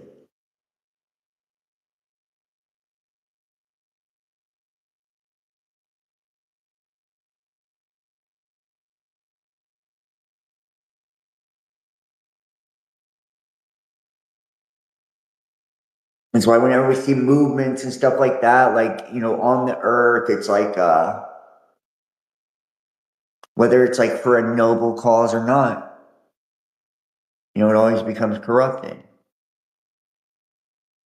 because we're corrupt. I feel like we're literally quarantined here. I feel like we're literally quarantined here. You ever read the Urantia papers? That's what it says. Like the Lucifer Rebellion is a quarantine. That's why we're in a closed system with a firmament. Because we fell for that mind virus, and surely you'll not die, you'll be like God, knowing the difference between good and evil. It's like, yeah, before we didn't have no fucking evil. The only difference was we just allowed evil in, you know? Didn't make us like God at all. It just killed us spiritually. It just enslaved us spiritually, mentally, emotionally, and, has us farmed for energy by these disgusting entities that, and remember, they were cursed, right? To eat the dust. What was Adam made of? From the dust.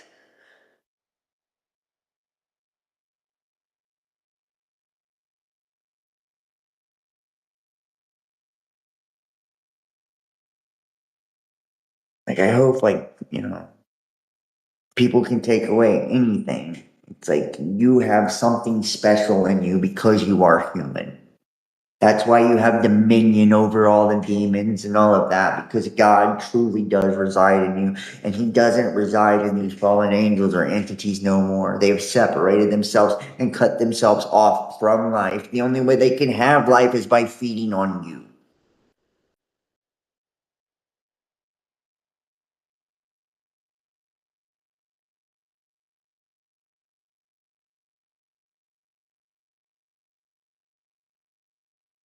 I'm going to wrap this one up. I want to thank each and every one of you guys for joining me tonight for part one and part two. I feel like I went a while. I'm getting tired. So I will pick this back up tomorrow night. Like I said, I'm going to start going hard again on the lives and all of this. So, um, you know, uh, if you appreciate my content, appreciate my work, all that good stuff, please consider donating, supporting the channel. Um, 1,000 people, see this or whatever, and everybody donated $1, that'd be $1,000 right there. Like, uh, you know, um, I need new equipment and all kinds of stuff so I can really get myself back where I need to be. But, uh, I'm going to do it for sure. So I'm determined. Um, and like I said, join the memberships, Patreon, locals on Rumble, or you can just donate and support each month, and I'll send you the links any way you want to do it.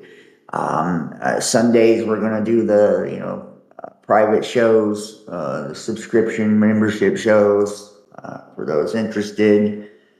Start doing that this Sunday.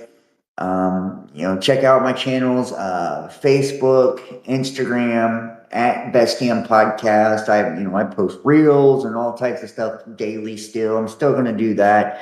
'Cause that's a good way to just disseminate that kind of stuff, and then be able to do what I really love with the long form.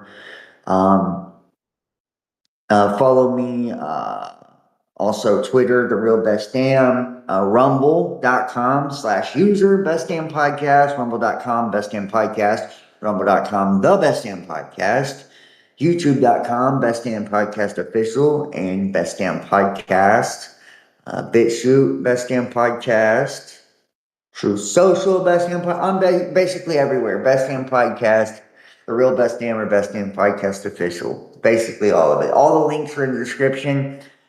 Please hit the like, the thumbs up, share this link for me, help me to get it out there. That's the best way to support me, is by manually sharing it to your Facebook, your Instagram, your Twitter, and going liking my posts, commenting on my videos, like following my channel, subscribing. That's like the best way to help me.